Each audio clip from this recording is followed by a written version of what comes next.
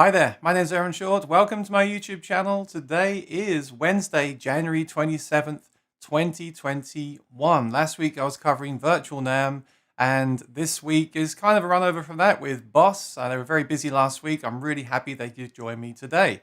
As you may have heard in my intro video that I posted on Monday, the RC500 video has had a lot of awesome feedback. A lot of people have picked these up and really liked them, much like myself. I'll just show you there. A looper pedal. For anyone who doesn't know, a looper pedal allows you to record yourself live and then jam by yourself or load in backing tracks and use it as a backing track player or a stem player. And it's so useful. Of course, we use them right now because we're playing at home. Solo, we want people to jam with, and this can replace that. I'm assuming that's why the loopers are so popular right now. Before we get started, I've done some research, and actually in 1953, Les Paul demonstrated looping on the TV show Omnibus. That was back in 1953. Obviously, that was with analog tape, but very, very cool. I should be watching that on YouTube later on. In the 1980s, there was digital delay pedals, of course, and they were used to loop in some kind of capacity. In the 1990s, we had the Paradis digital looper, a rack mount looper. And then in 1999, Line 6 had the DL4 delay pedal, digital delay pedal that had a loop mode. And I grew up with Damien Rice, and he used one of those on stage to loop. And I was a big fan of Damien Rice. And I remember shortly after that, in 2001, Katie Tunstall used an Akai head rush pedal, which was a huge, that was even more mainstream. She was on TV in the UK when I lived there, playing all her songs with that loop pedal, and everyone was wowed by it. I remember people at the local open mic and jam nights were coming up with, showing up with looper pedals, and they made the mistake sometimes of not practicing with them, and we didn't even know what they were back then, but that was when I really started to learn about loop pedals. Since we've been here to New York City, I've done a lot of solo shows, and the looper has ended up being my staple pedal. I have to use it on a solo gig now. I couldn't imagine playing without one. It's just really, really awesome. Of course, there's also loops like apps like Quantiloop, and musicians use the computer now to loop as well, like Ableton Live. But a company that has many products available that are excellent out of the box are Boss. And here to talk all things Boss loopers today, I'm very lucky to have Aaron here, great name by the way, and Austin. So let's invite them on. How you doing, guys? How's it going, Aaron? I'm surrounded by Aaron. You do say Aaron and not Aaron, right? Yeah, same way. Yeah. Okay. Yeah, just Aaron. checking. Yeah. That's the correct way to say it for everyone watching. Well, yeah, these days I get AA Ron. Oh no, don't get me started on that. I had that the other day. Yeah, I know. No, great. Now I've said that, they're going to say it in the chat for the rest of the year. Okay, that's fine. Right. Yeah. Thank you for having us on. No, thanks for coming on, and nice to meet you, Austin. How you doing? Good to see you. Doing great, Aaron. How about yourself? I'm doing well. So I want to start off, obviously we're going to focus on the loopers today, and I've invited people to come and ask their questions in the chat. And I've got some comments and thoughts and questions of my own we can discuss here. But before we begin anything, let's just get to know who you are. Can we start with Aaron? Can you just tell us a brief background and what your role is at Boss? Yeah, I mean, I've been playing music since I was a kid. Grew up in music retail for forever. Worked for independent music stores. Worked for big box stores like GC. Did a really long stint with Sam Ash Music. All that while doing that, playing in bands. I moved to LA basically when I was about 19, 20 to go to Musicians Institute, and ended up staying in LA after that, and just fell in love with being down here in Southern California. And then, like I said, still in music retail for the most part, most of my life. On top of that, I had I shared a recording studio, like a small project recording studio with a friend of mine. We used to do, recording engineering, which also led me into going into live sound and working for different praise and worship, buildings and stuff like that, working for, doing live sound. And then, basically was at Sam Ash for a very long time, and, as a manager. And then from there, I moved on to working for Boss, basically being a product specialist. And from there, moved on to basically being a combination of product specialist and product manager, depending on the day. which has been, to be honest, I never ever thought I'd be, working for such an amazing company. I've been a fan of Boss pedals since I was a little kid. Like I said, way back when I was like 16 years old, working in a music store, and you had all the colorful pedals there, and to actually now be working and being a part of, kind of driving the ship has always been, it's an amazing, thing for me. But yeah, and like I said, my job changes from day to day, but mainly it's all about basically, product specialists doing anything from training people to creating content for for helping tutorials, stuff like that, or even all the way down to the sales and stuff like that, and forecasting for gear. So, that's awesome. Wide range of stuff. Yeah, everyone's owned a Boss pedal, right? Either owns one or has owned one. It's just such an iconic brand, especially working at the music store and being surrounded by them, and to then work for them. That's amazing. Yeah, it was amazing. Definitely. Yeah. I've always been a big fan of their gear. So. And how about you, Austin? So basically I grew up playing guitar. I probably started guitar, maybe when I was like 11 or 12, and I was always glued to it. And then I also grew up in a household that like really nurtured me in like, old school classic rock and 70s and 60s and stuff. So I got into a lot of really good guitar heavy music. So I always wanted to be one of those guys. So I went off from there to go to a community college where I got a degree in music performance, all at the same time, and performing in like wedding bands and cover bands and like various other projects and bands and stuff like that. So mainly my thing was mainly performing. And then once I got into my undergraduate degree, I started working at Sam Ash. It was the one right in my town. I worked there for about 4 or 5 years. And then from there, I was graduating. I was like, all right, I gotta find something else, right? I need something more than Sam Ash. So I saw that Samson Harkey was hiring. So basically moved right from Sam Ash into Samson Harkey. And there I was doing a lot of tech support, inside sales, customer service stuff, even warehouse management to a certain degree. And then maybe did that for about 2.5 years. And then I was like coming to the thing like, all right, what else is out there? So I looked out, and Boss had a posting for a product specialist on the East Coast. So went through the interview process, and I've been at Boss now for the past 8 years, as I needed to be reminded, because time flies when you're having so much fun with your job. It really was. After I did. Yeah, like it was such a when I got the job, it was like such a privilege, because like same with you, Aaron. I mean, I grew up around these pedals. I mean, I played these as like, the performing starving artist musician, just like going out there and relying on that gear.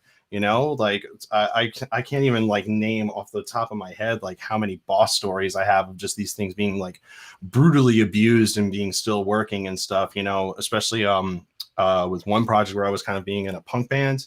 I had a GT6, got it used at a pawn shop, and that was basically my barricade between me and the mosh pit. That was about like maybe like a foot and a half in front of me.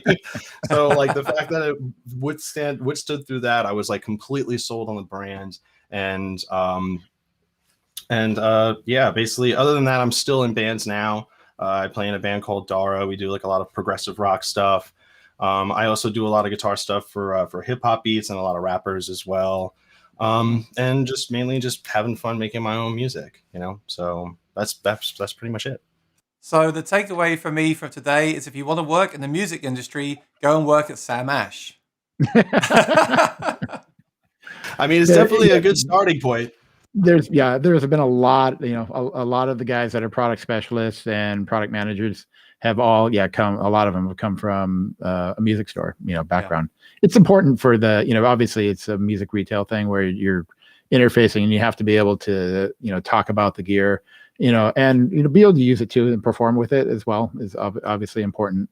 But then be able to kind of connect with a sales staff basically, and explain how this product is going to how they can explain it to a customer, and get the right gear for them. So. I almost viewed the sales thing as like, what, I'm gonna live vicariously through this person and sell them the really good stuff that I couldn't afford right then. So that was kind of my other partial. It totally makes sense, because working at a store, you're supposed to know all the products inside out, and then to move on to product specialist, obviously that's like an extension of that, isn't it? So it totally makes sense. Yeah, that's really cool.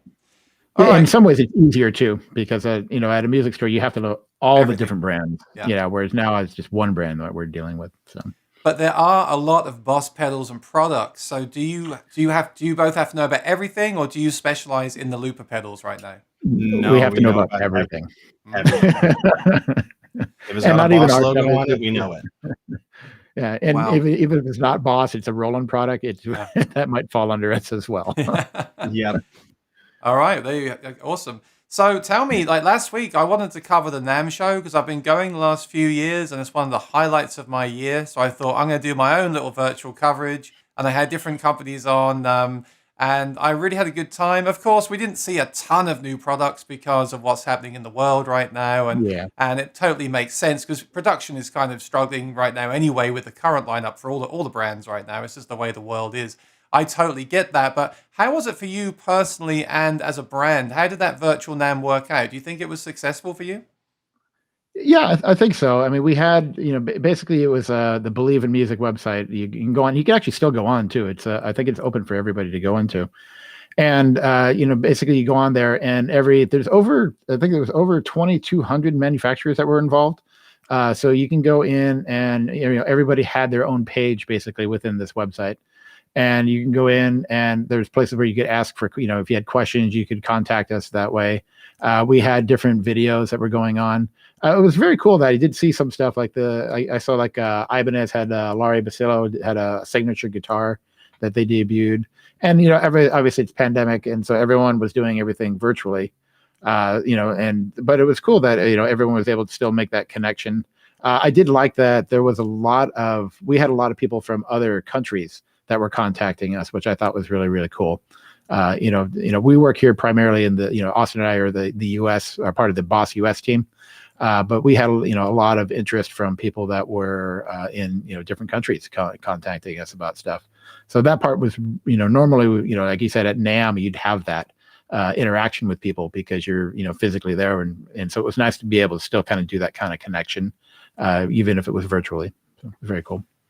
Yeah, I've seen the live stream and online obviously grow since this all happened last year. I mean, Yeah, there was for sure. there was a lot happening online, of course, but I want to say, like, it's funny the progression I've seen when I started doing the live streams and the cameras people were using, and then today I have to comment on look at these look at the quality of these cameras. I can see the music companies upgrading their cameras, in front of my own eyes. It looks awesome. I'm kind of jealous. I'm kind of jealous. Look at Austin's bokeh effect there. Aaron's amazing. Yeah, on the side of doing the whole music and Boss thing, I've always been passionate in photography and videography because my dad not only grew me up on a great selection of music, but he was also a professional photographer. And he would go and like take pictures of concerts and stuff like that. And basically I'd be like his little mini me with like my own film camera, just taking pictures right behind him, kind of learning it. And that's what got me into it. So Austin has a lot to do. Really nice. Yeah, Austin has a lot to do with the cameras that we have because basically he had the one he's got, and then we basically I upgraded to something similar to what he has. It's what is it? It's a Sony camera, right? It's mine is an A7 III. Yeah, mine's a 600, I think. But I have the A7 III, but I have a feeling that Austin does color grading and stuff like that, which is why it looks very cinematic. Anyway, we're getting besides the point here, but congratulations on an excellent camera quality. Thank you. Thank you. Let's get on to the loopers then, right? Yeah. Loop pedals. I knew that my video about the RC500 would get views because loopers are popular with everyone. It's not like an acoustic guitar product.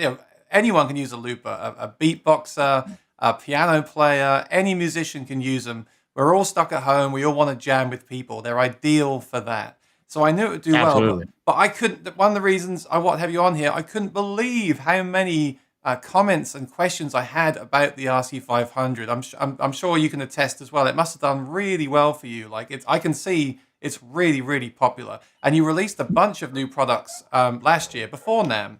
So I want to talk about that. But that got me thinking about the history. So I found that today the first loop demonstration was Les Paul in 1953 using a tape, I presume a tape machine back then. Yeah.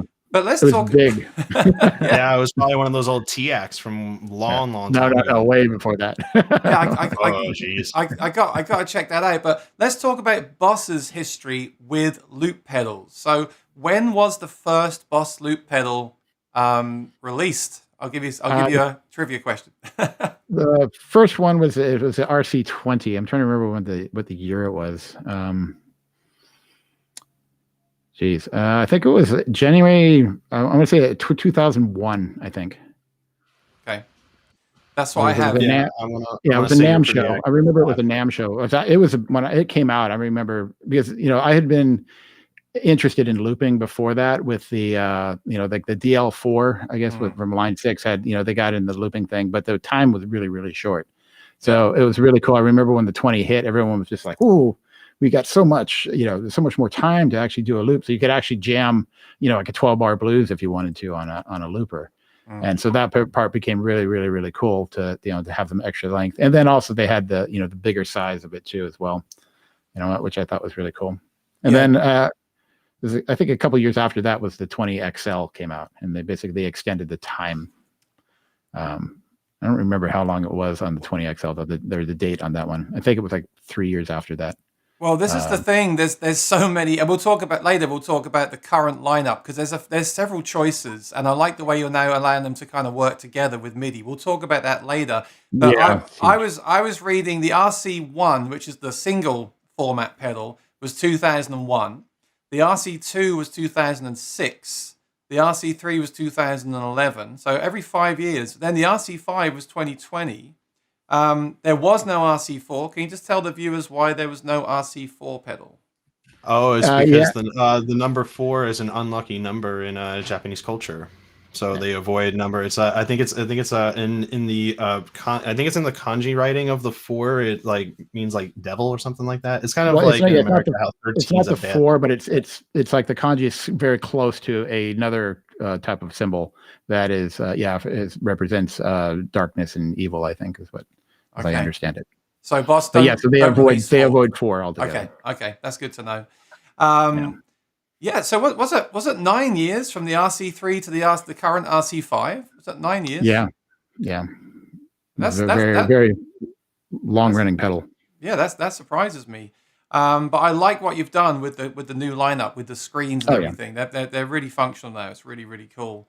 I like the fact switching the RC3 is a great unit, but the hardest part for me always was the when you're trying to go through the menu and it doesn't have a screen. It was always very difficult. You had to remember what the symbols might mean for different things. Whereas on the new unit, it's just so much easier to see what you're doing on it. Because the screen is so much bigger. And it's actually also to display like your record and loop back functions and stuff. It's just having that larger screen like light up that full color as opposed to like those other dots. Because that was my other thing as well. Because like when you have a pedal board and a sea of blinking lights, it's like kind of like on a dark stage, kind of hard to tell which one is which in certain scenarios. Yeah, so let me tell you what happened. My story, which I made a video about, is I got the RC10R. I love the idea of having the drum machine and the different sections as a acoustic player that writes songs and does that kind of thing. I love the idea of it. But then you released the 500, and I just like the idea of the screen and the extra button for the way that I play. So that's why I made that video, why I'm selling that one and getting this one. But I was then told by a viewer, hey, they've both got MIDI now. You could use them together. Have you tried that? Because people keep asking me if I've tried that. I haven't done it yet. Austin just did something interesting, though, with Bill Keller from Mastodon. And he's doing a dual looper thing. Yeah, he's using currently he's using 2 RC10Rs, and they're MIDI synced together, and one of them is running stereo track transitions in these loops, and then another one is running a click track to a headphone amp that goes to his drummer. And basically he's got like a foot switch that basically runs MIDI in to control both of them to start and stop, and also move through the different bangs. So once you sync the two together, the cool part is that like now all the timing is synced together. So if you were to sync 2 RC10Rs, you could have 2 drum kits going at the same time. But for your situation, I think the like having like 500 the going with the 500 10R. connected to an RC10R, like that could actually be potentially really cool, because now you're working with 3 tracks and an interactive drum machine. So that could actually be really, really cool. I personally have not messed around with like linking those two together, but because they communicate so well, just on the tempo and the basics, just running a 1/8 inch cable to 1/8 inch TRS cable in and out, it's really, really seamless and easy. You can go down a rabbit hole with talking about like specifics in MIDI and stuff, but for like the basics of just syncing the timing and the clock and tempo, it's really, really good at that. Yeah, and I think it would be fun too, because to me, like the RC10R is definitely very the song part of it, where you're going to have the A B sections that you can switch back and forth between, but then having the RC500 with all the effects that are built into it and all the real time effects that you can control, I think you can come up with some really, really cool things if you were to connect the two together. And yeah, we haven't had a chance to do it yet because we've been busy with NAMM and all that stuff and getting stuff going, but it's something that I've been thinking about doing, just because, like I said, I love the RC500 as part of it for the, all the trippy effects that you can create now that, in real time. And I think having that sync to a drum machine and then looping that part into the RC10R, I think would be a lot of fun. You can come up with some really cool stuff. I'd like to try that. The RC500 and the 10R together. That would be really awesome. A quick shout out for my friend Johan, who's here. I still have my RC20XL, and that is actually, unless I'm wrong, I think I found on Google that's the pedal that Ed Sheeran used at the start of his career. Of course, now he uses the Chewy 2, which is a huge custom-made looper, because he's Ed Sheeran. He can have whatever he wants to make himself. But he started with the RC20XL, so that fits into my timeline as well. Hi, Johan. Thanks for joining us. We've got loads of people in the chat. Thank you for your time. Really appreciate you being here. Later on, we'll do open Q&A, so get ready for that. But I want to just stick with this summary for now, just so we all get up to speed with what's available.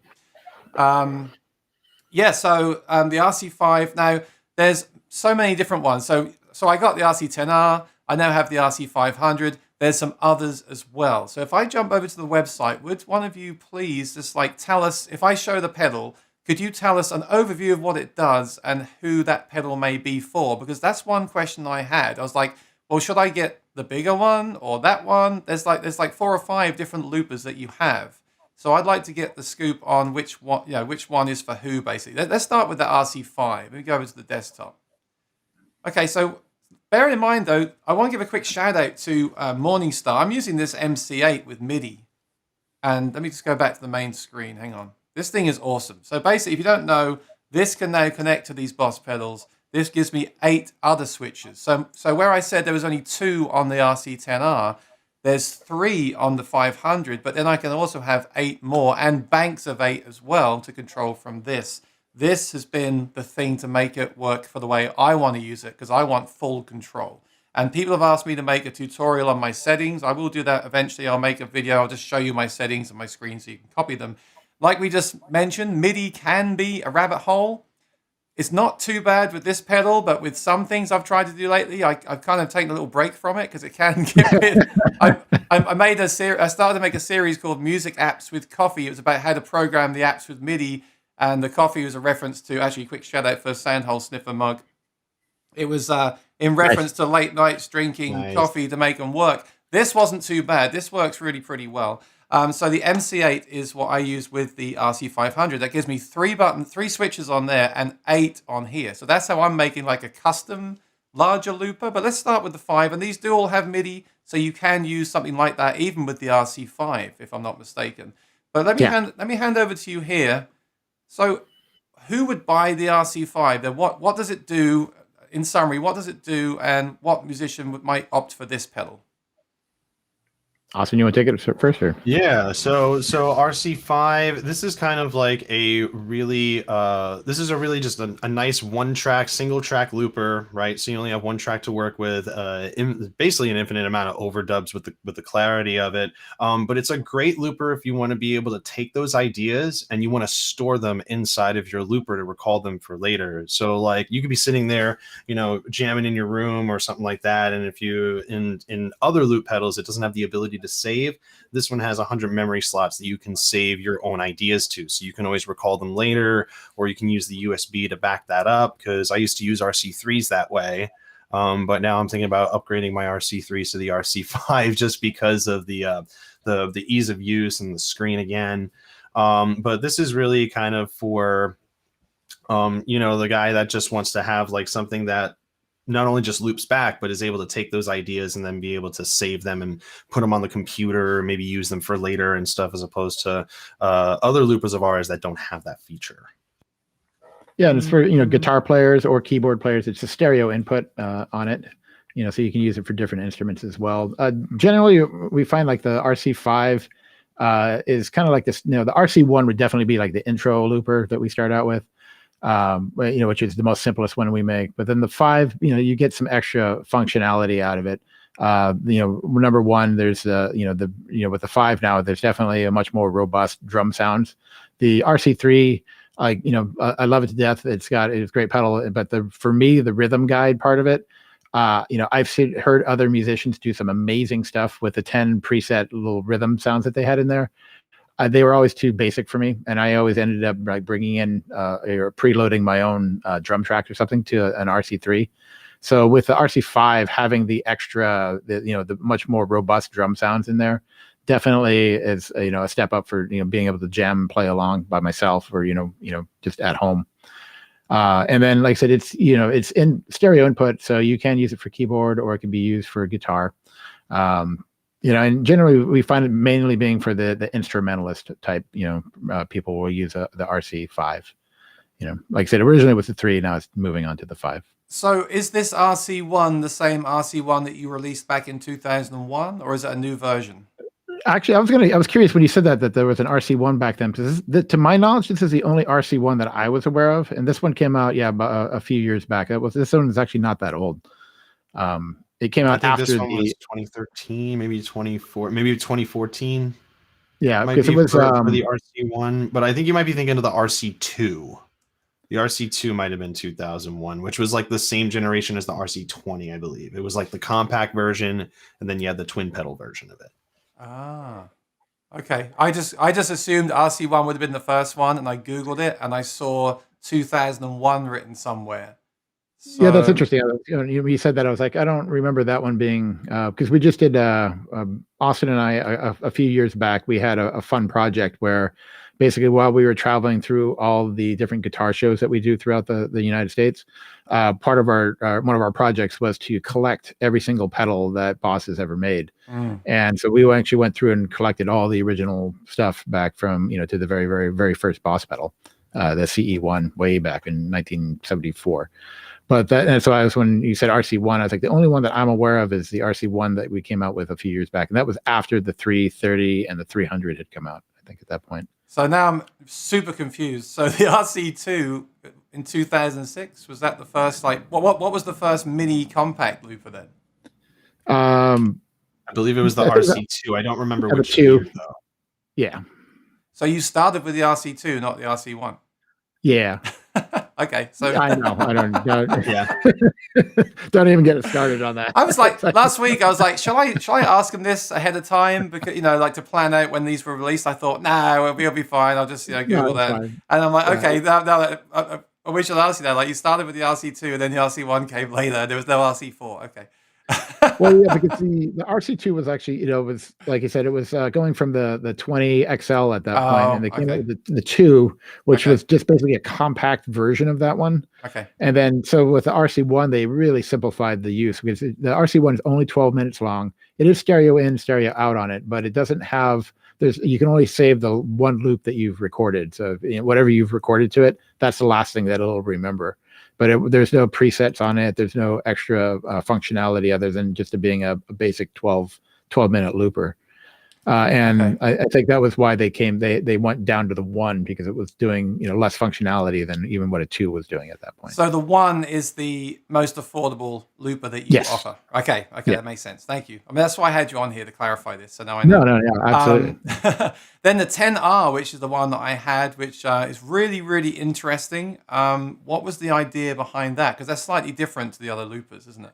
Yeah. So out the box for most of our loopers, they've always been where if they had multiple tracks, they've always run in parallel by default. So you're having 2 tracks going at the same time that are in sync with each other, right? And with the RC10R, what they wanted to do is do it more of a song-based style, where you've got like a verse and a chorus. And realizing like our bigger pedals, like the 300, you could do it and do stuff like that, or the 505, you could do a verse chorus type setup. But with the, we wanted it in a more compact version, and they wanted it to be a little bit more robust with the drum section.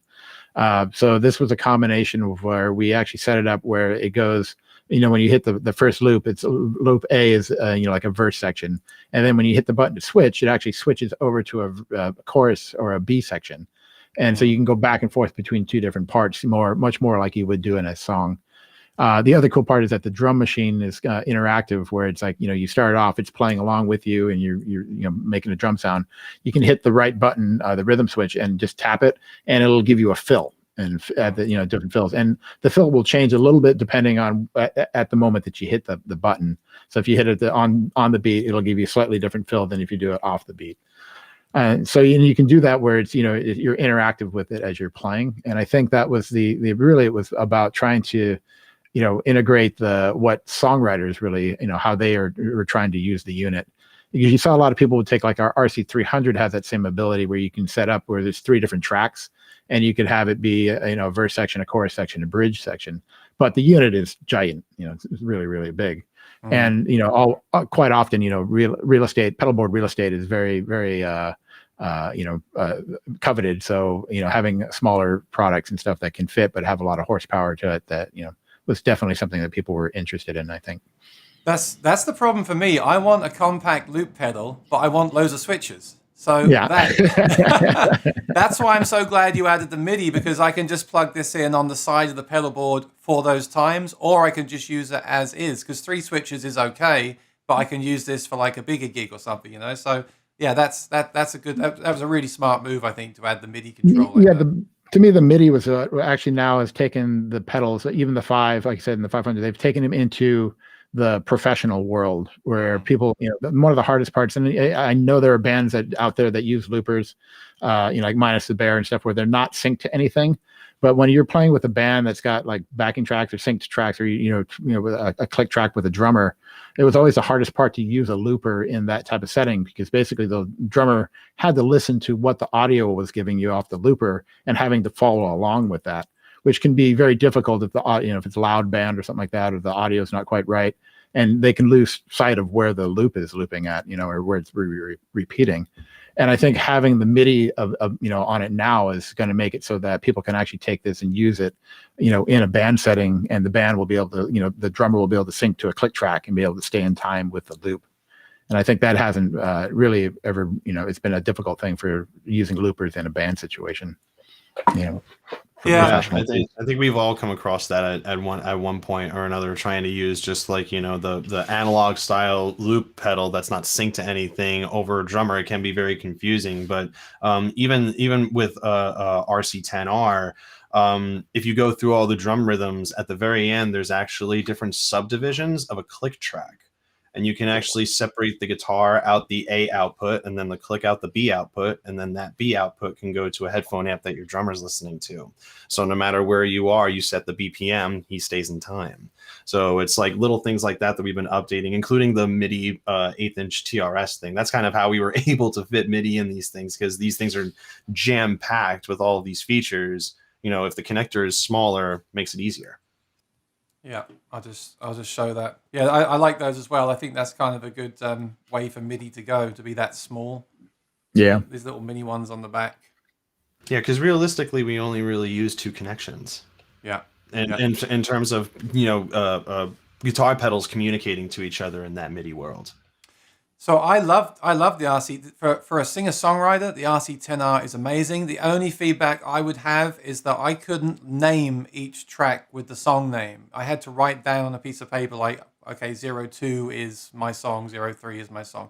That's why the RC500 appealed to me, really, just so I could label each track as what the song was, and also the extra foot switch. So that was a reason I went in that direction.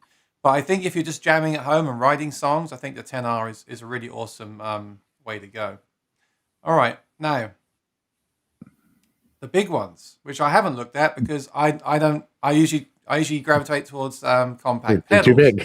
then again, if we're all stuck at home, why not get a bigger looper, right? Why not have all this stuff built in so you haven't got to worry about programming MIDI? So I know nothing about the bigger ones. Let me show you on the screen, and then maybe you could tell me, like, why would someone go for these? Let's see if I can move that over. Like the 505. Is that your flagship now, the 505? It is, but it's a different kind of thought process on it. So the RC505 and the 202 are tabletop loopers. The idea is that you actually manipulate everything with your hands to turn on and off the loops. Whereas the ones like the 5 and the 500, it's there's foot switches on it. And this actually came about, funny enough, was that basically there were people that were using looping.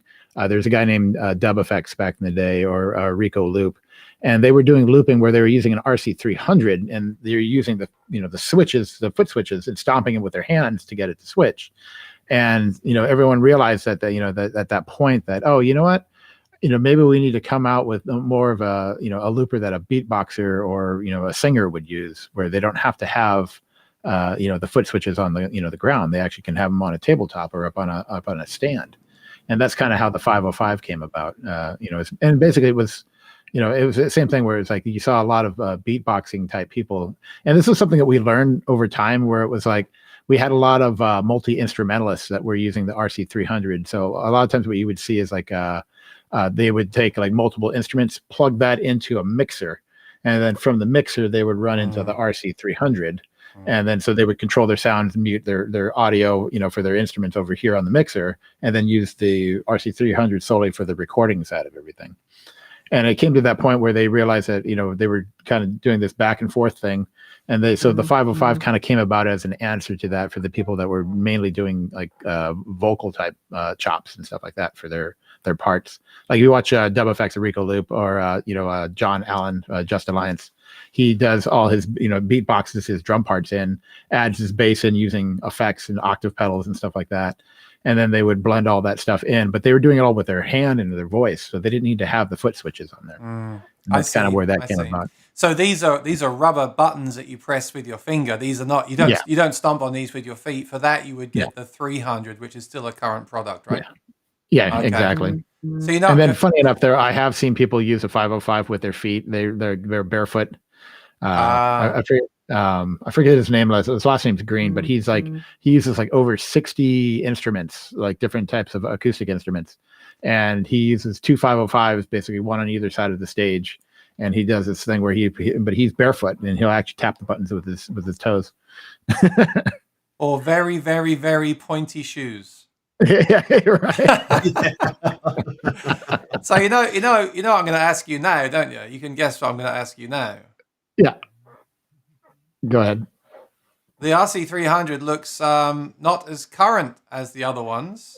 So when are we going to see an RC300 in this kind of form factor? And I like the nice like this one, the RC500, but bigger. I presume that's going to be coming, right? To update this one to the I would say, obviously you can slowly see us. We're updating stuff. We don't have a set date for anything yet, but at some point, I would imagine you're going to see that get updated as well. Just because it's, you're seeing, like you said, you got the 5 basically is replacing the 3. The 500 is replacing the 30. So at some point we will have something that will update this guy as well.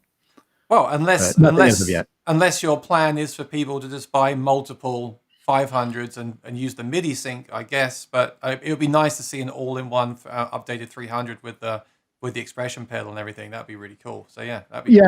And the hard part with doing multiple ones is you still have to have, like we would have, and it'd be something that'd be cool if we came out with it, but you still have to have some type of way of mixing all the different audio from the different loopers.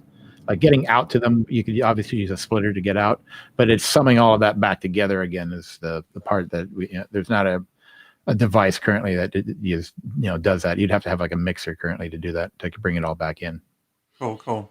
Okay, so what I'd like to do is just read through the chat, say hi to everyone, and then I've got some questions that were asked to me. I'll be honest, one of the reasons I wanted you guys to come on is because I had so many questions, and some of them I couldn't. I try and answer as many as I can, but some I just couldn't answer because I don't have the Thank you for that. Well, I don't. We I, appreciate your if I'm just being bluntly honest. If I don't have the pedal they're talking about, or if it's something that I wouldn't use in my setup with what I do, I just couldn't answer it. So I've got some questions here we can discuss, and also I'm going to invite people in the chat. We've got a great chat here today.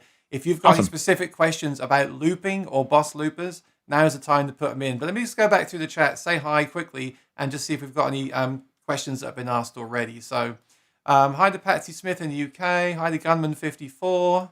Hi, Roslyn, Connecticut. Oh, by the way, Austin, you said you're on the East Coast. Are you near me in New York, or are you somewhere else? Yeah, I'm on Long Island in New York, so Oh, little bit further out east from the city, but yeah, New York. yeah, I'm near LaGuardia, so we're neighbors. Oh, nice! Stone throw away. There you go.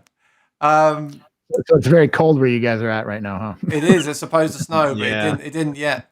Hi from Cirencester, UK. Good to see the UK here today. People probably think I'm in the UK, but I'm actually not. I'm just deceiving you. Gunnerman's here from Ontario, Canada. Awesome. Oh, nice. Ben from Portland, Oregon. Tone Wars is here. Rosanna's here from Cornwall in the UK, loving the live shows. Thank you for joining us, Rosanna. Michael from Chicago. I love my RC10R and my SY1. You guys make amazing stuff. There we go. That's nice. Awesome. A compliment to start us off with. Great for looping. Yeah, for sure. That's a great little synth pedal, man. Good for bass. You know, like it's got the number 4 on the bass mode. Basically, it's great for adding that extra low end. You know, when you're making a loop, which is really cool. A lot of people started with the 20XL. It seems it was a big one because it was. I remember back in the day, it's like everyone. Like the DL4 was super popular. Like everyone loved the looping part, but it was only a very, split, short couple seconds, which wasn't enough for really, jamming along to. And I remember the XL came out and it was just because even with the 20 had a shorter loop time.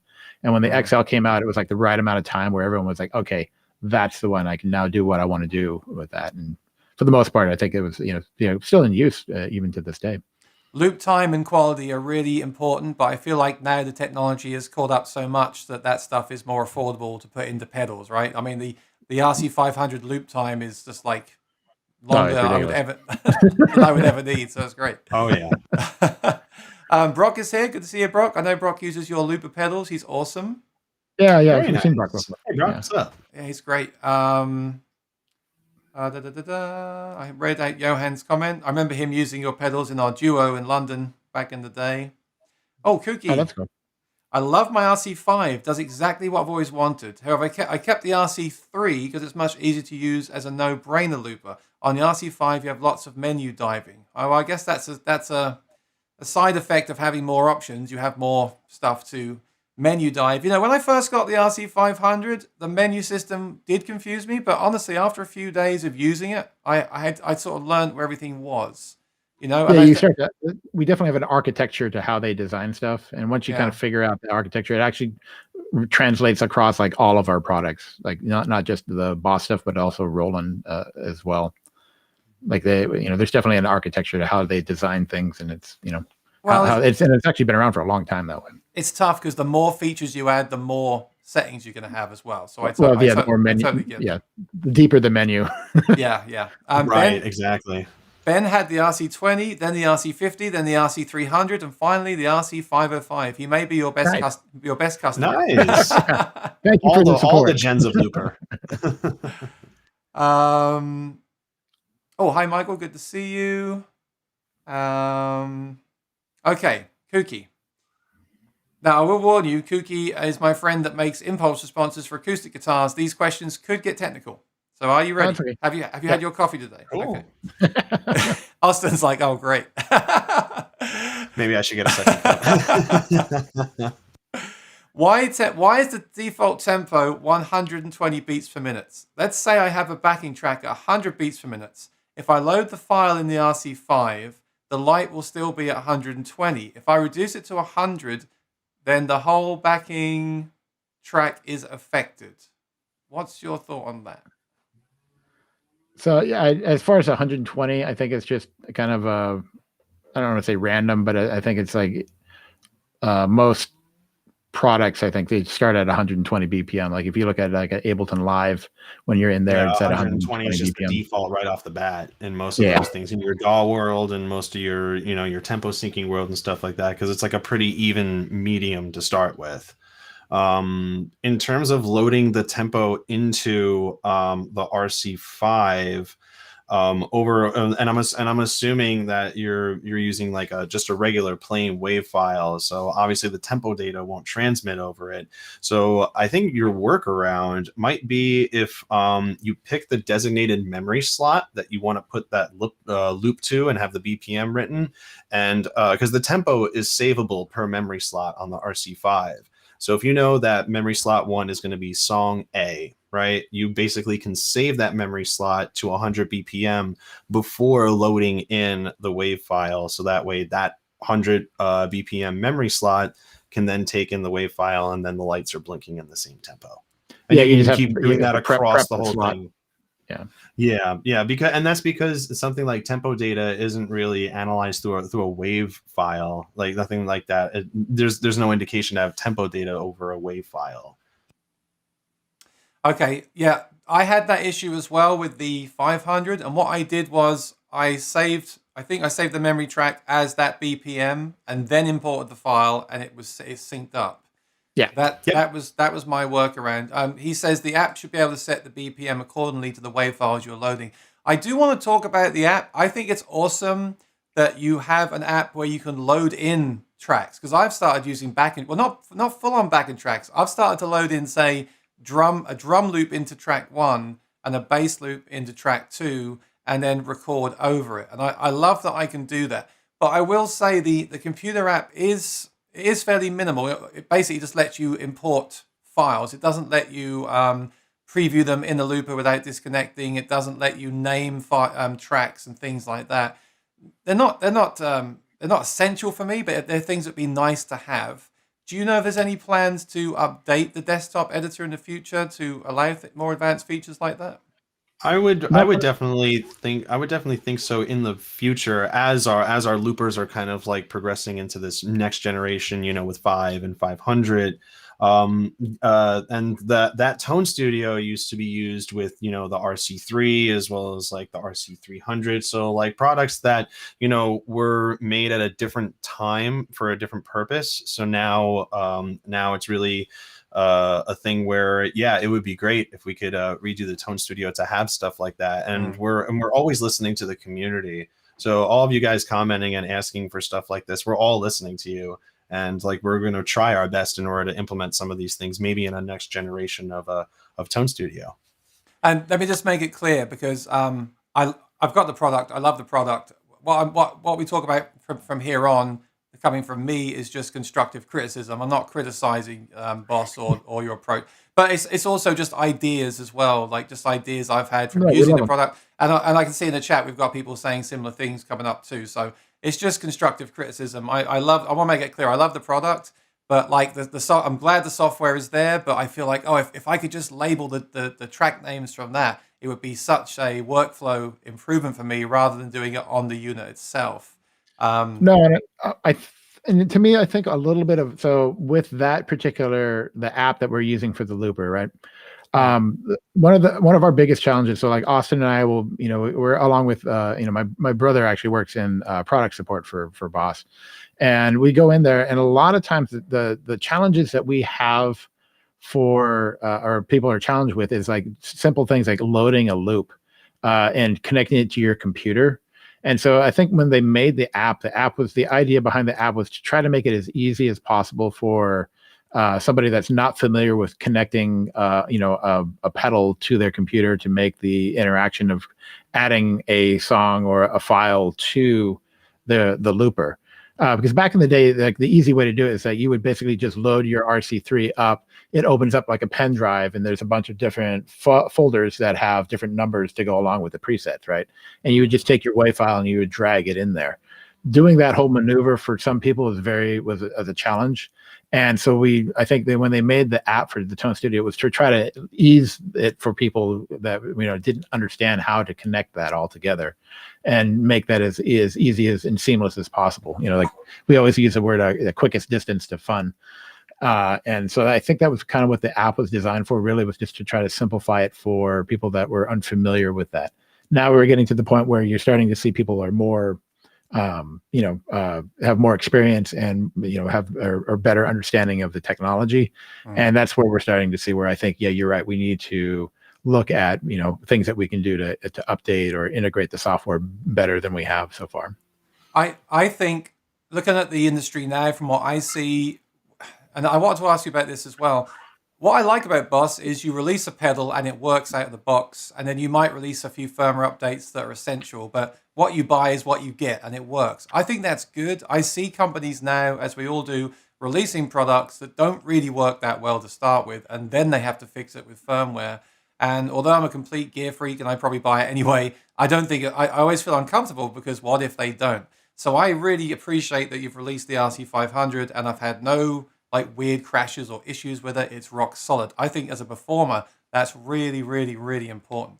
On the flip side, though, I will say this: we're very, as you're aware, we're very used now to buying something and 5 years later having firmware updates, adding features, and also like we're used now to iPhone apps and editors. So yeah, I was gonna say that's the technology that basically has made that a standard, or how everyone perceives everything nowadays. With software, it's because of how our have a problem with your phone app. It's like, oh, you know what? Let me just send them a link and say, hey, I had a problem with this, and they're usually on it and trying to fix that. And that's something that we can always improve on that for sure. That's something that I think all the companies, I've like I said, other companies, and this goes back to me working in retail, where that's always been a challenge. It's always keeping up with the requests after a product has come out.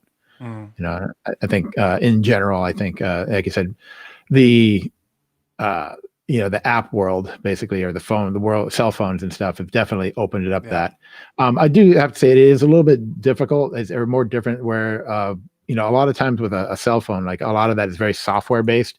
Integrating a hardware unit with the software, is the combination of the two it's a definitely different type of software to say, and so integrating that stuff can be a little bit more of a challenge, I think, than what you would find on a phone. I see a bunch of questions about features and things like that coming up. So what is Boss's kind of philosophy on that? Like I said, I'm glad you release them out the gate working, but are we likely to see any added features to, say, the RC500 in the future based on what the consumers say, or will we have to wait for like the next version of the hardware to see that? No, they will do updates and stuff. So it depends on, depending on, obviously bug fixes and stuff. We're always going to be trying to stay on top of that. If there's something that pops up, like, if Aaron, you've got something where it's like, oh, you know what, this is not working, or this is glitching, for sure we want to know about it so that we can get that over to, get that fixed. As far as our gear, the thought process for a lot of our equipment is, you think about like most of the Boss or Roland stuff, they are very, very stage live performance designed. Everything that we make is made for playing, getting relentlessly beat up on stage every day, night after night. That's why the Boss pedal design itself was designed to to take a beating. And little things too, like in the battery compartment, right, in a Boss pedal, it's completely, the battery is completely housed in a metal container, basically, so that if it leaks, or when it leaks, it's not going to affect the circuits that are below it. Stuff like that, where they've always put a thought toward performance. And so, like you said, out the gate, having this stuff to be able to perform with it, out the gate, is definitely something that they're thinking of all the time. But yeah, I think, like I said, as far as updating and stuff, we will do updates depending on what, and it largely depends on what the request is. Like, so with the, like our 200 series pedals, we had like the 200 series pedals are, multi-effector, single multi-effect pedals, right? And we had a thing where it had MIDI capability. And we only had basically on the unit physically, there was basically, you had 4 presets plus a manual mode, right? So 5 presets on it, right? And everyone asked her, like, well, isn't there a way that you could do this where you could add a MIDI capability? It has MIDI, but couldn't we make it so that you could access, or save presets to this unit? And so we actually ended up updating the units so that you can actually do 127 presets now versus the original, 5 that they had. And so they do listen for, they are looking. We are out in the forums, especially all the Facebook forums that are out there, and many of the gear page ones. We are looking at the information that's coming in. So all the feedback and stuff that we get, we love to hear that stuff, because it's definitely helpful for us to know. Because, and I said, a lot of times it's like what we think or how a pedal should be used, or our thought concept. But then, you give it to a guy like you, Aaron, and it's like, you'll take it to a whole nother level of where it's like, oh, we didn't even really think about using it that way, and it's always, clever, different stuff and how people use our gear, it's helpful for us to know, all the different stuff that's out there, for sure. Yeah, I was just interested in the philosophy behind that stuff. I think I saw Jeff, your colleague Jeff, on a show a few months ago, and he said that Boss are moving more into the kind of regular firmware update world. Yes, but for sure. I get it. It's difficult. Like I said, the most important thing for me as a customer is that you release something that's solid and works from day one. But I just think we're all so spoiled now by getting all these updates all the time for our phone and our computer and adding features. You guys must be under pressure to do that. And I'll be interested to see if we get that in the future. I mean, Michael has a great question leading into that. Thank you, Michael. He says, love the RC5. Can we get some more MIDI CC? So I thought the same thing with the 500. The 500 has a lot of available MIDI CC controls. I've filled up my foot switch with them, but I have now used all of them. So is there a reason why there's not like double the amount of MIDI CC controls? Is that something that's limited, or is that just a choice that Boss made? Like, we'll give it this X amount of CCs.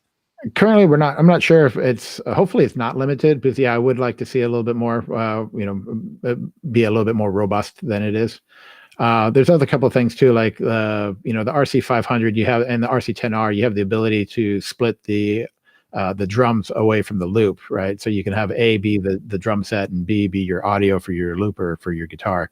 I would like to see that on the 5s, like, and something that doesn't exist. It's something we've requested and asked if it's possible for them to do, to be something that we would like to see done. Just because it makes, when you run our drums, especially with the 5 and the 500 and the 10R, the drums sound amazing. If you plug them through a PA system, they sound great. Like, it's such a realistic sound, and the best part is that the drums don't sound stale. They don't sound like everything's the same volume. It has like a groove. It has a pulse to it. So stuff like that we're asking for, and like the best thing to do is to, either to any of the forums that you see on Facebook, like I said, like you do the RC10R one, that's, they're paying attention to those things. So definitely, That's good to know. And like, basically before we go, they'll do the ask and go, hey, what are the things that you guys are seeing around? And then I'll go to the Facebook forum and go find the one where it's like the request list or the wish list. And I'll go, here's the wish list that they're looking at, people are asking for. Okay. So you are watching what people are saying. Like, oh, okay, yeah, for sure. Good. He also says the MIDI implementation in particular can be difficult to interpret for beginners. Honestly, I think that's just the thing with MIDI. I think the word MIDI scares people, and it's really not that bad. Well, it depends on the product. With this product, I don't think it's that bad. I have been asked to do a video where I show my settings, and you can just copy them. So I will do that, because I've got pretty standard settings on my controller. I'll do that. Yeah, I think with MIDI, you just got to jump in. It is what it is. It's an older system, but a very good system. And you just gotta get stuck in with MIDI, unfortunately. But I would like to see some more CCs in the future. That would be cool. No, for sure. I agree with that, especially on the 5. On the 5, yeah. And what you said about the drums, I agree with. I also love on the 500 that you can turn off certain drums. I find that really useful, because I just wanted like a forward to the floor kick drum, so I just turned off all the other parts and I just have the kick drum.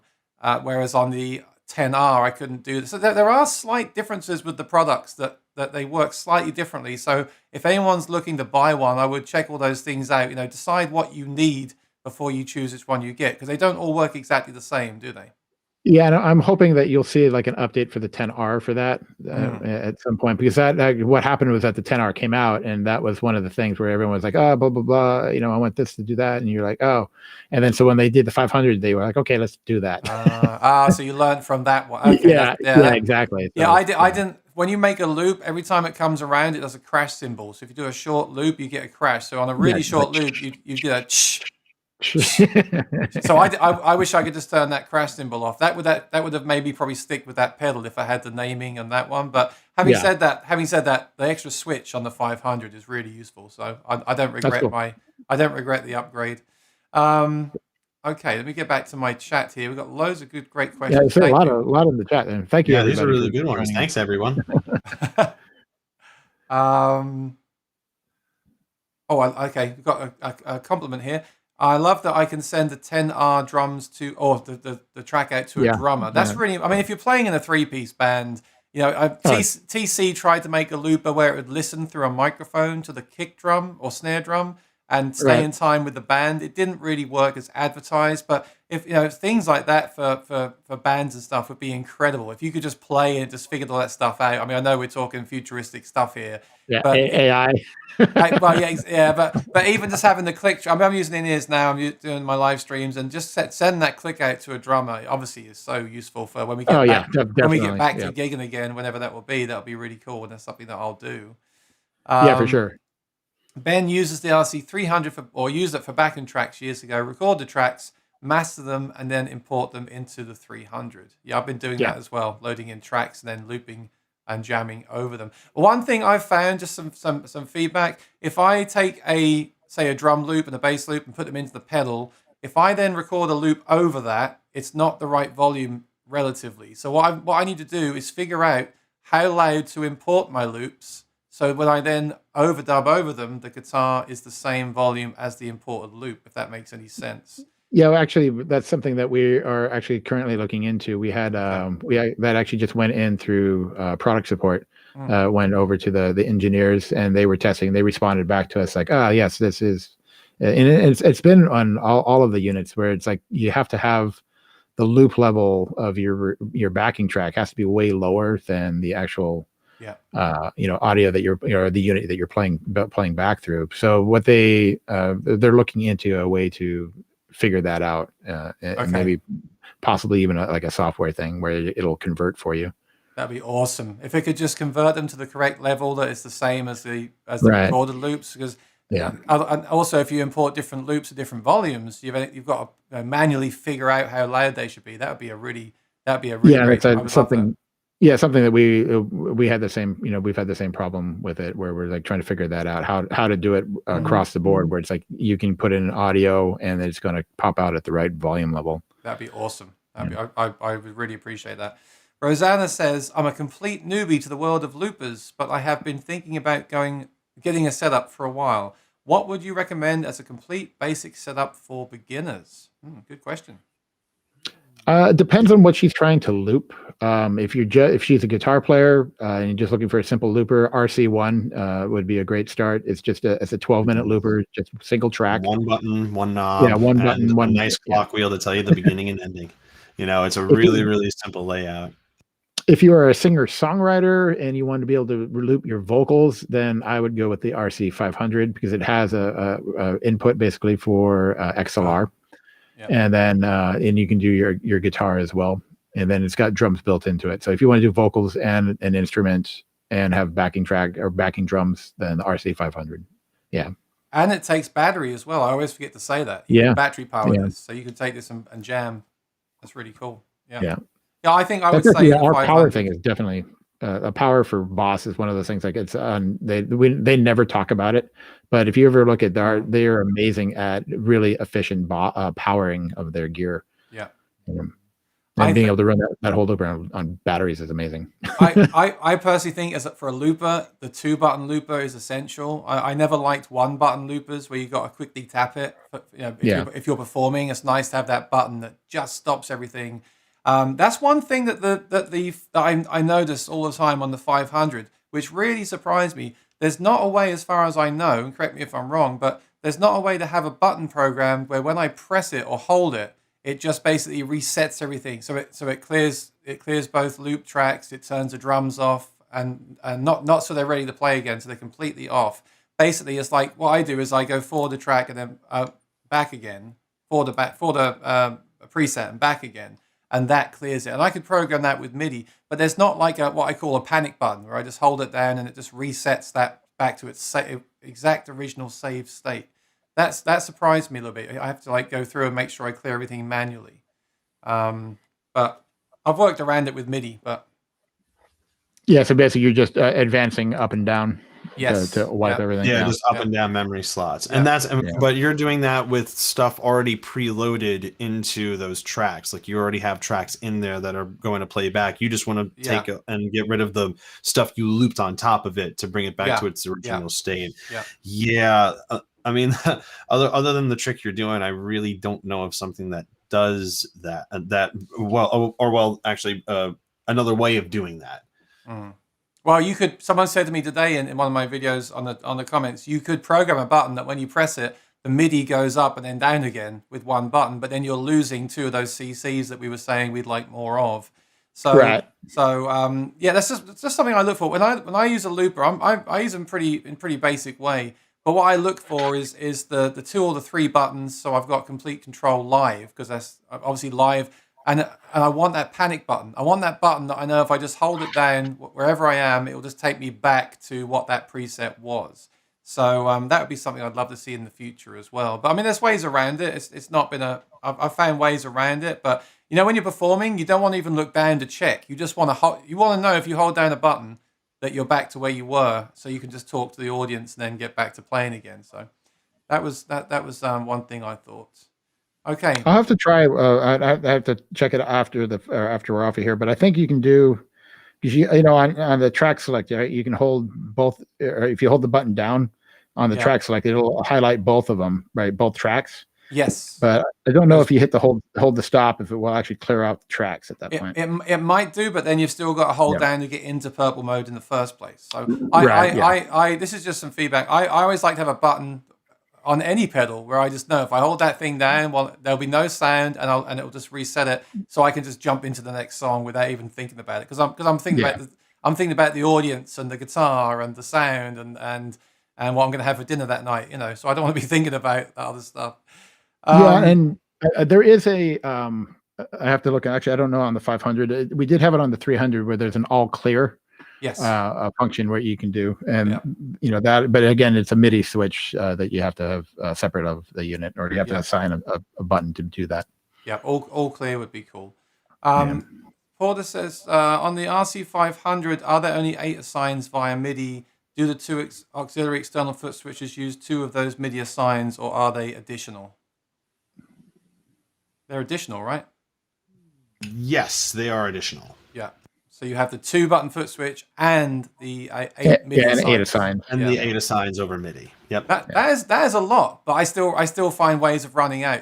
But that's a lot. To be fair, that's a lot of foot switches for anyone. Like, there's no looper on the market that I know of that has like the 8 on my MC8, the 3 on the pedal, and the 2 button as well. And yet I still find ways of running out if I want to add all these different options, because you've got the drums in there, you've got the drum fill. Oh yeah, stuff like that. So, variations and stuff. Yeah, for sure. The effects. Yeah. So I only have one. I just have the vinyl flick loaded. I don't have the other ones. Now, here's one thing I wanted to address today, and this was in Henning did a video for you, and he put this in there as well. With the MIDI, it's awesome. I'm so glad it's there, and I'm also glad you can have different assignments for different presets, because it means you can really customize each preset in a different way. So you can have a different effect on each preset. But with the MIDI, it's per preset. So again, I wouldn't want to lose that. That's great. What I've been doing is making like my preset 1 and then copying it to other presets to retain that MIDI control. But wouldn't it be a great idea if we had a global MIDI setting? So if we set up a switch on the MIDI pedal as, say, play, that's always play on every preset on the pedal. That just seems really kind of logical to me. Have people requested that to you guys? Yeah, we have. We get it all the time for like a global setup, or ways to make it easier for everybody. And it's stuff that we are still, they're looking into how to integrate this easier. The problem that I know that we've had, like our GR55, right? It's a guitar synth that we make, and it actually has that same type of setup where you can there's a global side and then there's the preset side. And the only thing that the big challenge is that if you had it set up on the global side, people would go into the preset side and then it wouldn't work. They couldn't figure out why things were not saving the way they wanted to, because and then you'd realize you'd have I'd go into their preset and go, oh, you know why? You've got the global set up over here, and so that's preceding, or that's taking over what your presets are doing. And so that's the part where we're trying to figure out a way to integrate that in a way that is understandable, where people aren't going to get locked up basically by the two different modes, I guess, so to speak. I totally get that. The more stuff like this you add, and the more power features you add, the more complication you also add, because not everyone using a looper has used loopers as long as, say, I have, or people in the chat have. So where we're thinking like, oh, I want this and I want this and I want this, that might just add even more complication. I totally get that. It must be a very difficult thing to balance, but that's kind of like another power feature that would save me time personally. But then other people might not want it. They might want to do it per preset. So I totally get that. I totally get that. My thing, what I would like to see, like just personally, and like this is not me as a boss guy, but just as a user, I would like to see it like in the like if there's software that's connected to the unit, being able to copy and paste basically a preset within the within the software. It would be something that would be cool. Like, because and be able to do it in different areas. Like, it's like if you saved a section where it's like the effects, let's say, it would be cool to be able to copy paste that over to different stuff and within a preset. And like I said, that's some stuff that we've requested that they look into, and hopefully, at some point they'll be able to answer that. One of the hard parts too for us is that as big as Boss is on the outside, as far as a company, we're actually a really small company. And there's not a lot of crew. We run lean and mean. Wow. Wow. And so the amount, all the different projects that they have and all the new pedals and stuff that we are constantly coming out, realize it's not that big of a crew that actually is doing all that stuff. So, and the engineering team are all in Japan, right? Yes. Yeah. Okay. We have all of them, and they get input from guys like Jeff Slingluff is he'll go out, or sometimes even Matt Knight or Jay Daw. They've gone out and they'll assist them, and or sometimes we'll bring in artists as well to different artists will come out and help them to stuff. Like Eric Johnson was a big help with the Blues Cubes back in the day. Right. So they try to get solicit not just the engineer side. All the engineers are musicians. They all play guitar. Actually, some of them are very, very proficient guitar players. And so they have a combination of their technical know-how of what they know how to do with the gear and the hardware, and then they'll kind of marry that with the what artists are doing out there, and people like yourself, and the information that you've got and the feedback that we're given. Awesome. Yeah, that's the other reason I wanted to do this today, is to just get some feedback and get people talking in this context rather than just putting the comments on the video, which is great too. Please keep commenting. I appreciate it. Kuki says, good for the video, right? It's good. Yeah, it's good for the algorithm. Keep commenting. Why does the RC500 not have EQ and reverb for the mic input? Yeah, someone else has asked me this before. So you've got a mic input, which is great for singers and beatboxing, but there's no actual like vocal effects, are there? That's I presume that's because you also sell like the vocal processor and stuff like that. But he's saying that would be a cool thing, and I agree. If you had basic EQ and reverb on the guitar and the mic input, then you could throw away your mixer and just use this as like an all-in-one singing and guitar device, right? Yeah, no, for sure. Definitely a good request. That's a good request for a firmware update for sure. Yeah, I've heard that a few times. David's got some praise. It's actually a really good idea. I'll put that in as a request, because there is reverb built into the unit. And it would be cool for the drums, right? Yeah, it would be interesting if there's a way for them to maybe integrate it in where you could just bleed the reverb over to the onto the input of the vocal mic and the guitar as well. Yeah. Yeah, the guitar. Yeah. David says, I like my RC500 so much, I went out and bought a Katana 100 amp to go with it. Nice. Very, very nice. Cool.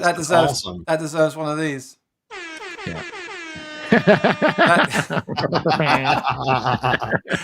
That Katana is astoundingly good. Yes, I've played the Katana, and it really holds up well to anything. That was a really great amplifier. Huge product for Boss, wasn't it? Huge breakthrough product. Amazing. Massive product for us. It really, really put us on the map in terms of the amp world. Because you never really saw Boss logos on amplifiers. You always saw the Roland logo. Obviously with legacy like the JC120 and stuff. But since we did the Katanas, we were like almost overwhelmed with the response that we got about these amps. I mean, basically when we came out with it, all of our sales forecasting and stuff was based on stuff that we had done with the Roland cubes and stuff like that. And we were like, okay, if we sell this many, we'll be really happy, if we do good. And it was just like so far beyond that. We're actually still we tried to keep up with back orders even as we speak, just to try to stay and keep up with everything. And it was interesting because it was interesting too, because prior to the like with the Mark Ones, like the 212s are always generally tend to be kind of a slower model, and then heads these days have been kind of slower too. And then for some reason, when we came out with the Mark II, like all of that was like no holds barred. Just all of the products across the board for the Katana have been really, really successful for us. So thank you for everyone that is buying one. So, and yes, definitely. David also says he has the RC3 and loves it. That's great. Nice. Here's my buddy Johan. I'd love a way to be able to see what's happening without looking at my feet. Maybe the tabletop looper with a foot controller. Interesting.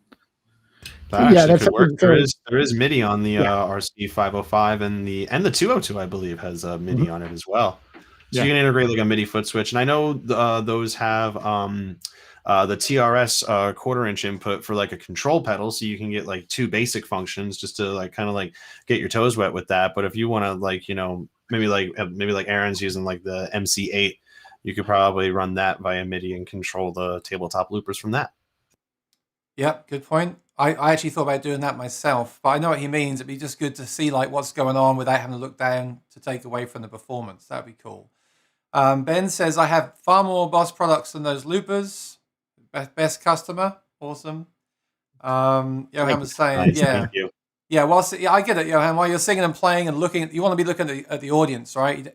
You don't. That's why I said that one button hold to clear everything is so important to me, because I can just do it while I'm talking to the audience, and it goes along with that. Like if you can see what's happening without having to keep looking down at the floor all the time, then that would all be helpful, definitely.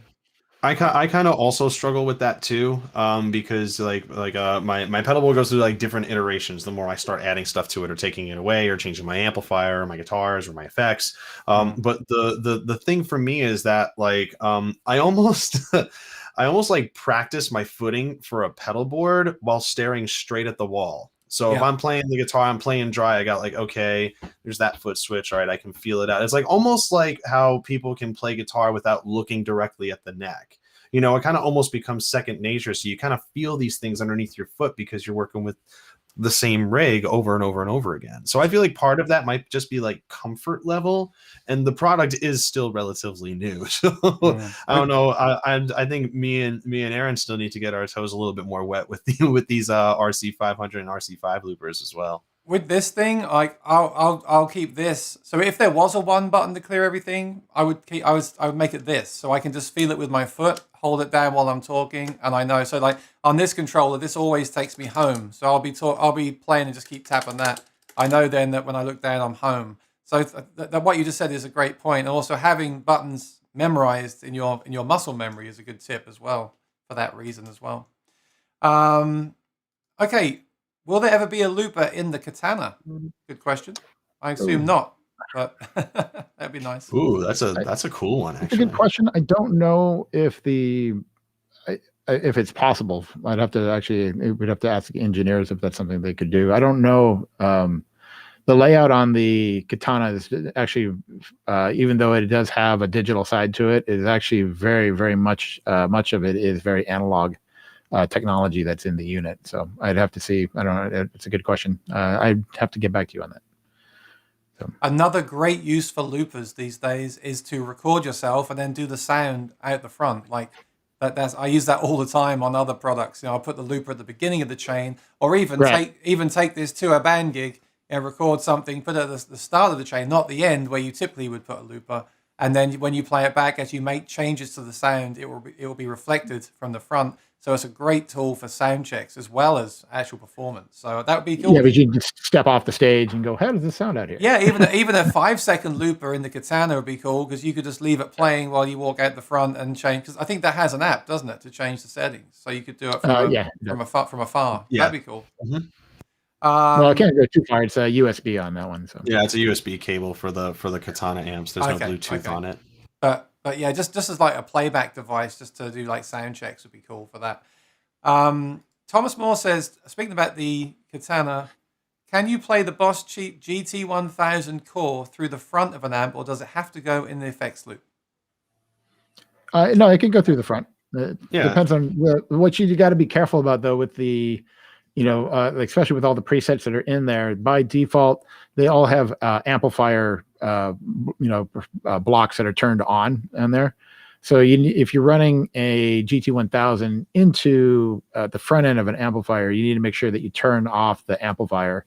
Otherwise, you're going to be running an amplifier basically into an amplifier, and that's not going to sound very good. But yeah, you can totally, if you disable that part of it, you can, totally run the effects through the front end if you want to.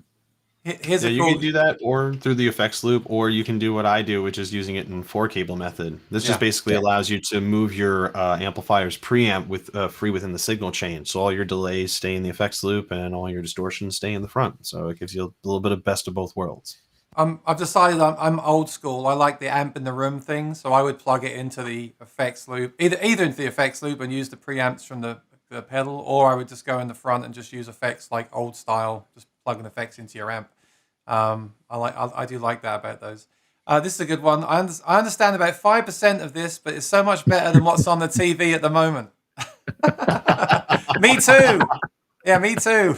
That's funny. Well, thank you. I'm glad you're enjoying it. Or it would be great to connect a small looper to be controlled with the same foot switch as the Katana. Oh, right. So maybe the Katana foot switch could also control a looper or something like that. Or just buy an RC500 and use that with the... No, that's me being a small looper pedal to control with the... Okay, so we did... there was a thing with the GAFC. We actually did try at one point to do something similar with it with a different product.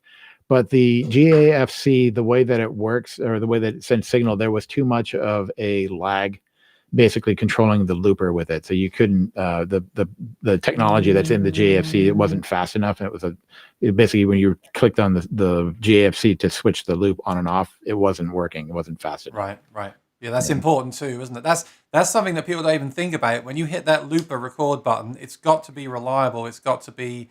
got to be on time. On time, yeah. It's got to be on beat. I've had pedals that are not, and it drives me crazy. So that's really the most important thing about any looper is that it works in time.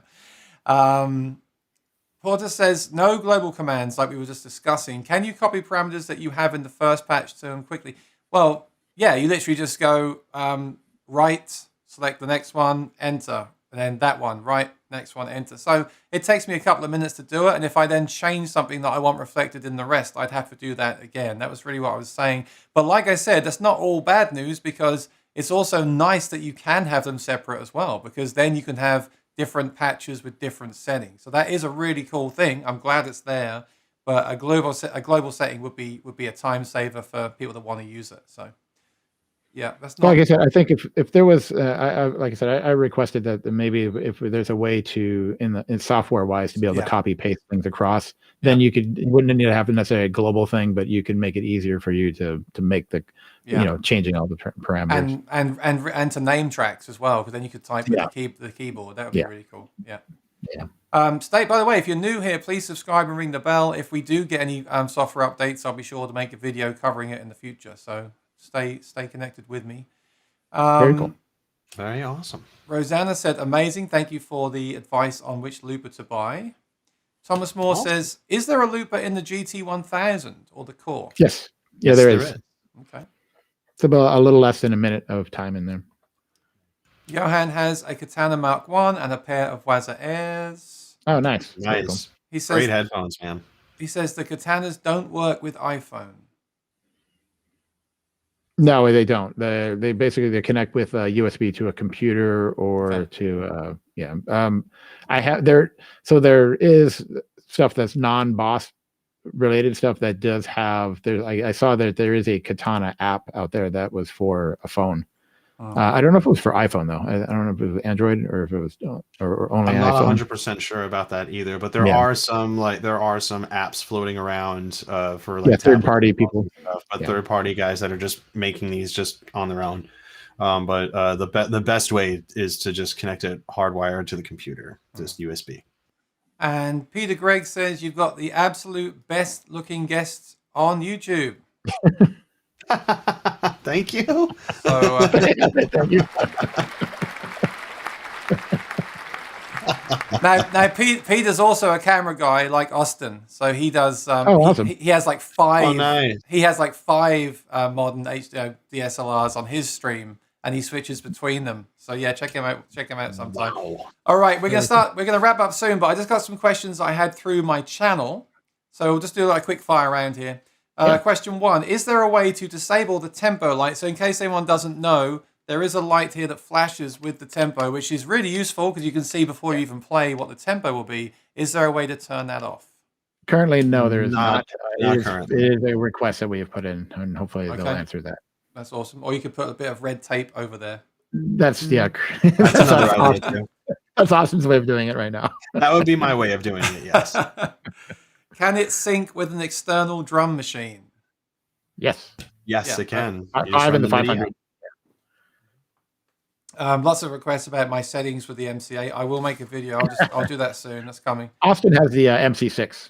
So they're great pedals, aren't they? I had the MC6 and I didn't use it for a while, and then they've updated the editor and everything, and I saw the 8, so I got that instead. It's just so useful because all gear now has MIDI pretty much, and you can control stuff with it, and it's a really great pedal. Every musician should probably have one of those in their collection. Yeah, me and Aaron joke about this all the time. It's like MIDI was really popular in the 80s, and then now it's like making this huge comeback with like everybody's pedal boards and stuff like that. So we're definitely aware of that.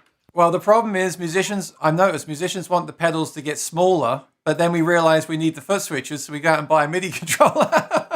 It's like it's like the size of the tablet versus the size of the phone thing. It's like it's getting smaller, but this one's getting bigger. Like Someone said, and I think you're right. It's like MIDI became something that, back in the, basically 80s, everyone was all about MIDI, and you had racks, refrigerator racks of gear.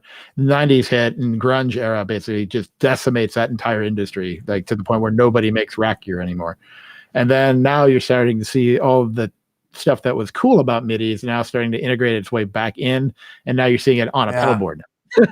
Yeah. It's like all the MIDI stuff. It's like we're not going to use the rack anymore, but we're still going to use all that capability just right in front of us on the floor. Well, they're talking about MIDI 2. I think 2.0 has been finalized, and that's supposed to make it even better and easier to use. So I think companies like Boss, I predict, will be using it more and more in the future because it gives you a lot of power for the advanced user, doesn't it, or for anyone. It's cool. Yeah, and we've already dipped into it. I think with one, and on the keyboard side, I think they've already got something working with 2.0. Like I think this the controller that I have back here behind me, it's a keyboard controller, and it does 2.0.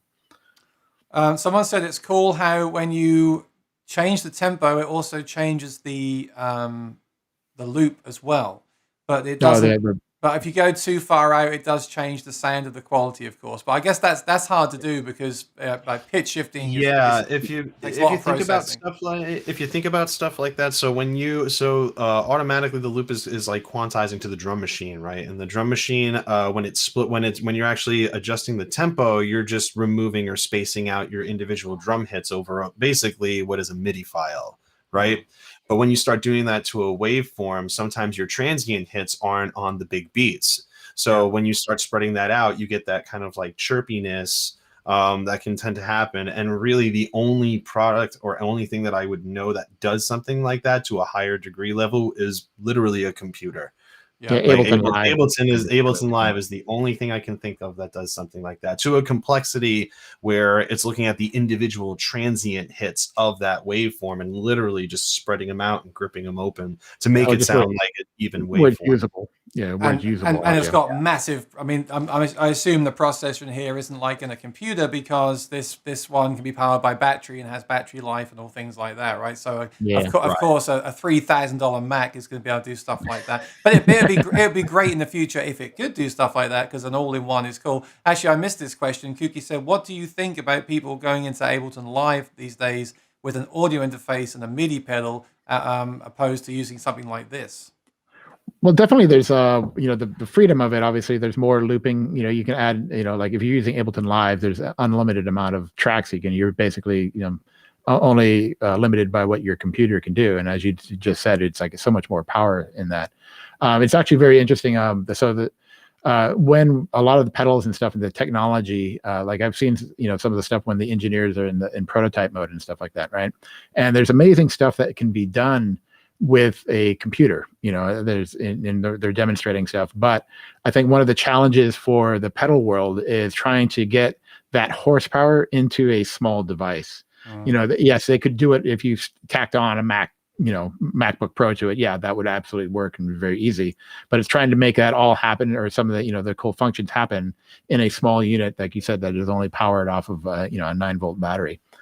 And I think that's some of the challenges that they do is trying to get all that stuff to fit with the horsepower that's available for these particular products. I think some of the apps I've seen for many different applications in the phones and iPads are really powerful. I think the problem with that is there's two problems. One is that people have to get used to using their phones and iPads with MIDI controllers, and people I still like to have the actual pedal. I turn on, I go. And the other problem is for companies like Boss, if you sell apps, will you make as much money in the app world? I think apps are the future. Like if you could use an app with a hardware pedal somehow and offload the DSP to that, I think we're going to see that as we go forward.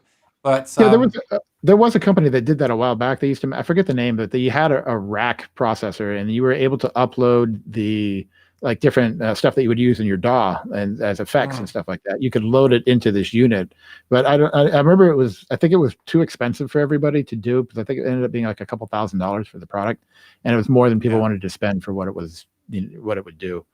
But yeah, I think you're right. I think I agree with you. I think as you'll start to see this integration, I think, as we move into the future with that, which would be cool. I think it would be it opens up, for us as musicians, it's going to be a lot of really cool technology coming out. I think so. I mean, the power in these devices has to be. I mean, I'm pretty sure the processor in this is more powerful than pretty much any guitar processor on the market right now. Not just everything. Yeah. So there's so much power there that can be tapped into. But our phones have more power than computers from 5 years ago. Yeah. Oh yeah, 100%. Yeah. But when will the world be ready for that approach? That's my question. Yeah. We've answered a lot of these. Stop, clear, all command. I mentioned that one. Why not more MIDI commands? I mentioned that one. We covered that. Really quick on the Ableton one. Yeah. The one thing. So the challenge with using Ableton Live in a live setting is that generally you're going to have your computer, and then you'd still have to have some type of foot controller on there, as well as your normal rig. So setting up the challenges is having all that integrated on stage can be a challenge for a lot of people. It does give you a lot of power, and you do see people using laptops on stage. It is kind of, for me, in a performance wise, being in a band and having my band members running around, having the laptop on the stage is always one of those things where it's, can be kind of scary. I've actually had, we were playing the Glass House, right? And my drummer accidentally pulled the cable out of the laptop that we had going, because we had backing tracks, right? And on stage you hear ding dong. And of course he has to plug it back in, right? And he plugs it back in, so you hear ding ding through whatever, how many thousands of watt PA. So there's a challenge of that, of having the versus having something like a hardware device that's dedicated just for that, I think is what the challenge is. No, totally. And I download Ableton is free right now for a trial, and I've downloaded it. I think they always have a trial. Look, it's not for the beginner. It's it just kind of stressed me out. I mean, I need to learn it. I shouldn't say that on my channel, because my channel's about gear. But honestly, I'm just like, I'm so excited. I've got some friends on Facebook that are really into let's make our own pedal with MIDI and apps and get these different controllers. And you get into that frame of mind and you start to make progress. And then one day, I'm just like, I'll just use the pedal board. It can get so much. It's like you're trying to reinvent the wheel by yourself sometimes. And I'm excited. Don't get me wrong. I know people are going to say, well, why don't you just use Ableton? Why don't you use apps? There's some incredible stuff out there, and I think it's the future. But I've tried using apps and they've crashed on me. I'm like, and I'm not just saying this because you're here, but the RC500 has never crashed during a performance. And that, at the end of the day, is the most important thing for a performer, because otherwise it's just a science project. The minute an app crashes, I'm sorry. If I'm playing a wedding and my app crashes, that ain't gonna fly. That could ruin the Yeah, whole and kit. it So it definitely was a challenge with the laptop. Like I said, my last yeah, band, we were using backing tracks, and even if the club, like, here playing in LA, if it was too hot, we had the laptop crash, like, or it shut itself down because it was too yeah, hot on stage. yeah, and that Stuff like too. that. You don't Yeah, think about, until you're actually up on stage performing with it. And you're like, oh, yeah. I guess we're not using this. The performance is the key, but all this other stuff is just nice stuff to have and Yeah, stuff. I totally. don't get me wrong, I want to see it, but I also, that is my core value right now. Yeah. So why not have more MIDI commands? We addressed that. Can we use the two together? We addressed that. We haven't tried it, but you've got MIDI and it's got sync, so you can do it. Someone said that, can it be set as master clock in Ableton Live? I've seen some people say there's some issues with using the looper with Ableton Live. I don't know if you've heard about those. Maybe they're being worked on. There is with the RC300. The problem with the RC300 is it is at this point, I think, the oldest unit now that we have. And the problem is that it had to be the master for MIDI, which was super annoying because obviously, you don't, if you're playing with a drummer or something like that, you're going to want the drummer to be in charge of the tempo. And with the RC300, it had to be the master. It was just the way it was designed. Unfortunately, it was something that they were never able to readjust. So hopefully the next, like I said, when we come out at some point, when we come out with a different version, that will be fixed. They fixed it on the 505. So the 505 came out after, and that one can either be the slave or it can be the master. I'm not sure which one they meant. I tell you what, I'll just offer this though. This video will remain up. So if you've got any questions we haven't answered or anything we didn't answer in enough detail, put it in the comments below, and I'll just invite Austin and Aaron to come back in a few weeks and read the comments to see if there's anything for sure. Yeah, we additional. To come back anytime. Yeah, that'd be great. Well, yeah. I meant to come and read the comments, but now you've offered to come back on the show. We'll have you back on the show as well. So there we go. Okay, we've got a few more last questions in the chat then. So Thomas Moore says, how are the 200 series pedals? Are they popular, and how are they working out? Which pedals are the 200 series? Basically, the 200 series is our step up from a compact pedal. Basically, it's a 2-button foot switch. It basically is now at this point, I would say, replacing our twin pedal line. It's basically a more compact design. It looks like the RC10R, basically the same format, 2-pedal format or 2-button format. And yeah, they're doing actually really successful. The cool part about it is that we basically took all the algorithms out of our 500 series stuff. So all the sound, all the tone and stuff is out of our top, flagship stuff, 96K, 32-bit, high quality stuff. And then we put it into a smaller box. It's easier to use. We did away with the menu, really. So that there is a little bit of a menu thing diving, but for the most part, everything is on the surface of the pedal. This looks cool. But yeah, it's super popular because of the size. The graphic EQ looks really cool with the screen as well. The graphic EQ is great. It's actually a stereo EQ that you can split into 2 mono EQs. So I'll run it in, basically one on the front end and one in the effects loop. So I got a front end EQ for my guitar and then a back end for tweaking the tone. You've just made me realize how many products you have, because we've spent this whole show today talking about the loopers. And we could, I'd love to do more in the future. We'll just talk about a different product line, because you've got so many products, right? So yeah, these look really great. That EQ would be great for like an acoustic player as well, to like really shape their tone, their pickups. Excellent, excellent pedal. I highly recommend that one for EQing. Okay, awesome. And then so they're going well. Ben says, thank you for some nice comments here. Thank you for the folks at Boss and Roland for keeping me inspired to write great music throughout the years and build my career in the music industry. That's nice. Thank you for your support, man. Nice. That's awesome. Thank you. Patty says, what a great show about great products. Thank you very much. Thomas says, awesome. Would an MD200 sound the same as individual pedals and the GT1000 core? Are they the same effects? I mean, you get similar effect types, but I think in terms of like, if you're going to compare like a CE2W to the chorus sound and an MD200, you might get some variances. But in terms of like the ADA being the same between the GT1000 core and the MD200, you might find more similarities between the 200 and the 1000 core than with individual pedals. Okay. Yeah, individual pedals because individual pedals are analog. So there's going to be a difference in the sound, subtle. It's very subtle differences, but if you were to A/B them, you could hear them definitely. Thank you. Thomas Moore says, I love the Boss pedals. Thank you, Thomas. If you accidentally move the tempo too much and move it back to the original tempo, does the wave file go back to the original sound? I think it does, right? Yeah, it should. I believe it does, yes. Porter says, thanks for a great live stream. No, thank you. And thank you for the chat. We've had so many great questions in the chat. These live streams are nothing without the chat, obviously. So I appreciate you being here. Daniel says, I'm late.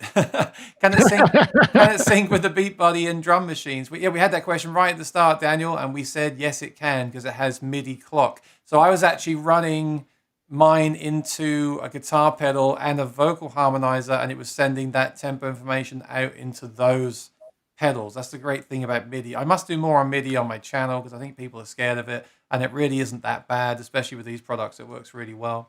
All right, I think we're going to wrap it up. We actually have Austin's got a meeting after this to talk about the GT1000 and MIDI and integrating MIDI with it. We're going to come out with some tutorials for MIDI.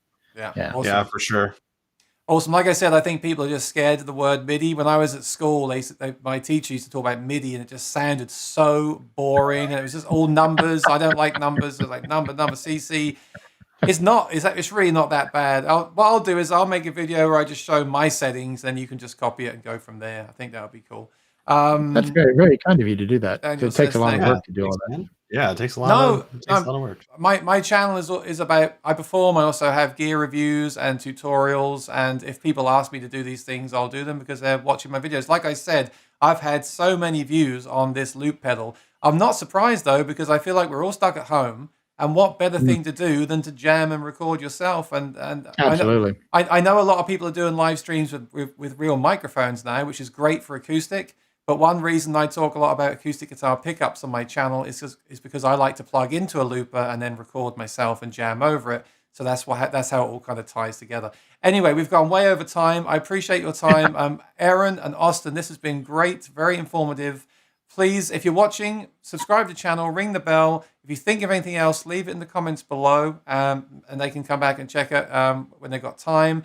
And then we'll just schedule another one of these in the future. If we get any sort of firmware or software updates, I'll talk about them. I'll invite the guys back to talk about them. But this has been really, really useful. And yeah, thank you for the awesome looper. This RC500 is a great loop pedal, and I can't wait to see what Boss do in 2021. Thank you, and thank everyone for your support for the gear too. Awesome. We appreciate that. Thank you everyone for joining. Comments. Thanks, Aaron, for having us. Thanks for being here. Everyone take care. Be well. I'll see you in the next video. And Aaron and Austin, thank you for your time. Have a great day. Thank you. Bye-bye. Bye, guys. Bye-bye. See ya.